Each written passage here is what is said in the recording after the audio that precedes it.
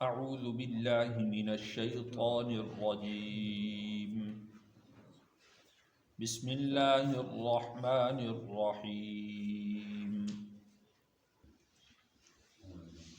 وَإِنَّ مِن شِيعَتِهِ لَإِبْرَاهِيمَ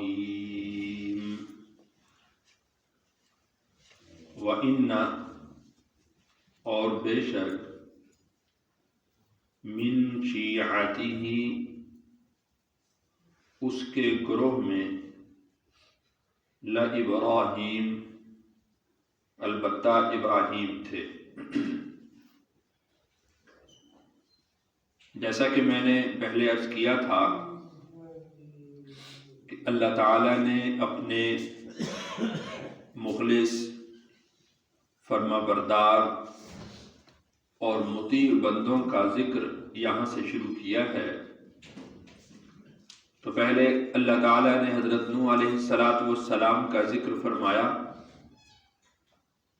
حضرت نوح علیہ السلام کے ذکر کے بعد یہاں سے حضرت ابراہیم علیہ السلام کا ذکر شروع فرما رہے ہیں۔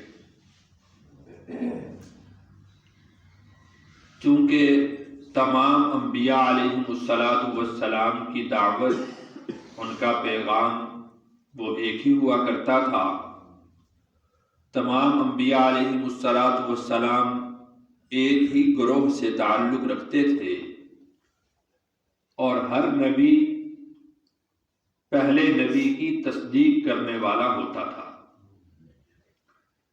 جس طرح کہ حضرت عیسیٰ علیہ السلام نے ارشاد فرمایا تھا، اللہ تعالیٰ نے سورۃ صف میں اس کو ذکر فرمایا کہ مصدقا لما بین یدی من التوراۃ ومبشرا برسول یأتی من بعد اسمہ احمد، کہ میں اپنے سے پہلے نازل ہونے والی کتاب تورات کی تصدیق کرنے والا ہوں، اور اپنے سے بعد آنے والے پیغمبر اور رسول احمد صلی اللہ علیہ وسلم کی بشارت دینے والا ہوں۔ تو انبیاء علیہ السلام سارے کے سارے ایک ہی گروہ سے تعلق رکھتے تھے۔ تو اس لیے اللہ نے ارشاد فرمایا کہ وَإِنَّ مِن شِيعَتِهِ لَإِبْرَاهِيمَ، کہ نوح علیہ السلام کے گروہ سے ہی ابراہیم علیہ السلام بھی تھے۔ اِذْ جَاءَ رَبَّهُ، جب وہ آئے اپنے رب کے پاس، بِقَلْبٍ سلیم، صاف دل لے کر۔ اللہ تعالیٰ، جیسا کہ حدیث مبارکہ میں آتا ہے کہ انسانوں کے مالوں کی طرف اور ان کی شکلوں کی طرف نہیں دیکھتے، بلکہ اللہ تعالیٰ انسانوں کے دلوں کو دیکھتے ہیں۔ تو ابراہیم علیہ السلام کے بارے میں اللہ نے ارشاد فرمایا کہ اذ جاء ربہ بقلب سلیم، کہ جب ابراہیم علیہ السلام صاف دل لے کر اللہ کے پاس گئے۔ اس کا مطلب یہ ہے کہ ابراہیم علیہ السلام کے دل میں کسی قسم کا اعتقادی یا اخلاقی مرض اور بیماری نہ تھی۔ قرآن پاک میں یہاں پر قلب سلیم ارشاد فرمایا، اور کافروں کے دلوں کو فی قلوبہم مرض فزادہم اللہ مرضا، ان کے دلوں کو روگی دل فرمایا، بیمار دل کہا۔ اذ قال لأبیہ، جب ابراہیم علیہ السلام نے کہا اپنے والد سے، وقومہ، اور اپنی قوم سے، ماذا تعبدون، جن کو تم پوجتے ہو یہ کیا ہیں؟ چونکہ وہ بے جان بت تھے، ان میں جان نہیں تھی، دیکھ نہیں سکتے تھے، بول نہیں سکتے تھے، آواز نہیں دے سکتے تھے۔ تو اس لیے ارشاد فرمایا کہ ماذا تعبدون، عربی میں جو بے جان چیز ہوتی ہے اس کے متعلق جب سوال کیا جاتا ہے تو ماں کے ذریعے سے کیا جاتا ہے، ماذا سے کیا جاتا ہے، اور جو جاندار چیز ہوتی ہے جس میں روح ہوتی ہے تو اس سے متعلق جب سوال کرنا ہو تو من کے ذریعے سے سوال ہوتا ہے۔ تو یہاں سے ان کی حیثیت بھی پتہ چل گئی کہ وہ بے جان بت ہیں، نہ دیکھ سکتے ہیں، نہ بول سکتے ہیں، نہ سن سکتے ہیں، نہ پکڑ سکتے ہیں، نہ چل سکتے ہیں، نہ ان کو سردی اور گرمی کا احساس ہے، کسی قسم کی حس ان میں نہیں ہے۔ تو ماذا تعبدون، یہ کیا ہے جن کو تم پوچھتے ہو؟ اَإِفْكًا آلِهَةً، کیا یہ جھوٹے خدا ہیں؟ دون اللہ تریدون، اللہ کے علاوہ جن کو تم پوچھتے ہو، یعنی جب ان کی حیثیت کچھ نہیں تو پھر یہ تم نے جھوٹے خدا بنا لیے ہیں کہ جن کو تم اللہ کے علاوہ پوچھتے ہو۔ اگلا سوال ابراہیم علیہ السلام نے ارشاد فرمایا فما ظنکم برب العالمین، فما ظنکم، تو تمہارا کیا گمان ہے، برب العالمین، رب العالمین کے متعلق، یعنی تم نے اپنے رب کو کیسا گمان کیا، رب العالمین کو کیا گمان کیا؟ کیا وہ تمہیں روزی پوری نہیں دیتا تھا؟ تمہارا یہ گمان تھا کہ تم نے اس کا در چھوڑ دیا ہے؟ کیا وہ تمہیں اولاد نہیں دے سکتا تھا تو پھر تم اس سے بدگمان ہو گئے اور تم نے کسی اور کا در پکڑ لیا؟ کیا وہ تمہاری حاجات کو اور مناجات کو نہیں سنتا تھا؟ تمہارا یہ گمان تھا اس سے متعلق کہ ہماری وہ پکار نہیں سنتا، پھر اس کو چھوڑ کر تم نے دوسروں کا در پکڑ لیا؟ یا یہ کہ تم اس کے غصہ، اس کے غضب اور قہر سے تم ڈرتے نہیں ہو؟ تم اس کی گرفت سے، اس کی پکڑ سے، اس کی قدرت سے تم ڈرتے نہیں ہو کہ تم نے اس کو چھوڑ کر کسی اور کی پوجا شروع کر دی، کسی اور کی عبادت شروع کر دی؟ فما ظنکم برب العالمین، تم نے رب العالمین کے بارے میں کیسا گمان بنا لیا؟ ابراہیم علیہ السلام ان سے یہ سوالات کر رہے ہیں، اور یہ سوالات ایسے ہیں کہ جس کو ہر ذی شعور شخص سمجھ سکتا ہے، اور اس کا جواب جس کے پاس کچھ بھی عقل ہو وہ اس کا جواب دے سکتا ہے، اور وہ یہ کہہ سکتا ہے کہ کوئی ایسی چیز نہیں تھی کہ جس نے ہمیں اللہ کو چھوڑ کر کسی اور کے در پر جانے کے لیے مجبور کر دیا، یا کوئی اور چیز، کوئی اور کشش ایسی ہو کہ ہم اللہ رب العالمین کا دربار چھوڑ کر کسی اور کی طرف چلے جائیں۔ کوئی ان کے پاس جواب نہ تھا۔ اس کے بعد ان کا عید کا دن آیا، تہوار ایک آیا، تو انہوں نے تہوار میں جانے کی تیاریاں شروع کی۔ جب تہوار میں جانے لگے تو انہوں نے کہا کہ ابراہیم کو بھی ساتھ لے جاتے ہیں۔ ابراہیم علیہ السلام سے بھی کہا کہ آپ بھی ہمارے ساتھ چلیں۔ تو وہ لوگ نجوم کا علم رکھتے تھے، ستاروں کا علم رکھتے تھے، وہ ستاروں کے ذریعے سے لوگوں کی تقدیر کا اندازہ کیا کرتے تھے۔ ستاروں کو دیکھ کر وہ خیر اور بھلائی اور سارے معاملات وہ ستاروں کو دیکھ کر کیا کرتے تھے۔ تو ابراہیم علیہ السلام کو جب انہوں نے کہا کہ آپ بھی ہمارے ساتھ چلیں تو فَنَظَرَ نَظْرَةً فِي النُّجُومِ، ابراہیم علیہ السلام نے ایک نظر ستاروں پر ڈالی، ایک نظر ستاروں کو دیکھا۔ فقال، پھر ابراہیم علیہ السلام نے کہا انی سقیم، میں بیمار ہونے والا ہوں۔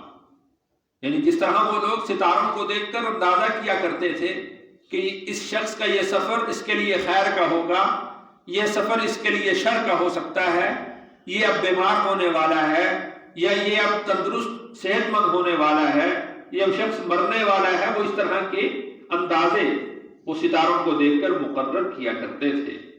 تو ابراہیم علیہ السلام نے بھی ستاروں کو دیکھا اور پھر ارشاد فرمایا کہ انی سقیم، میں بیمار ہونے والا ہوں۔ تو بیماری جو یہاں پر سقم کا لفظ استعمال کیا گیا ہے، یہ انسان کے مزاج کا اعتدال سے ہٹ جانا وہ سقم کہلاتا ہے۔ تو کون شخص ایسا ہے کہ جو ہر وقت صحت مند اور تندرست رہتا ہو؟ کون شخص ایسا ہے کہ جس نے ہمیشہ ہی جوان رہنا ہے؟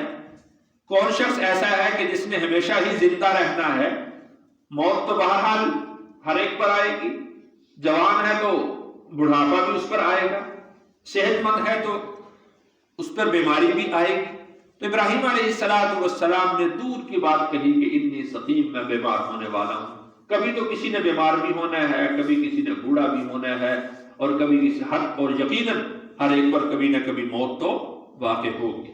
تو وہ سمجھے کہ شاید ابراہیم علیہ السلام اس سفر کو دیکھ کر کہہ رہے ہیں کہ شاید میں بیمار ہو جاؤں گا اس سفر میں، اس لیے میں تمہارے ساتھ نہیں جا سکتا۔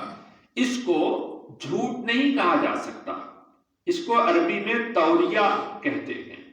اس کی مثال بھی موجود ہے کہ رسول اکرم صلی اللہ علیہ وسلم جب ہجرت فرما کر تشریف لے جا رہے تھے اور حضرت ابوبکر صدیق رضی اللہ عنہ ساتھ تھے، تو حضور علیہ السلام کی تلاش شروع ہوئی کہ آپ علیہ السلام کس طرف کو گئے ہیں۔ تو ایک شخص نے دیکھا حضرت ابوبکر اور حضرت رسول اکرم صلی اللہ علیہ وسلم کو، تو دیکھا، پوچھا کہ یہ کون ہے؟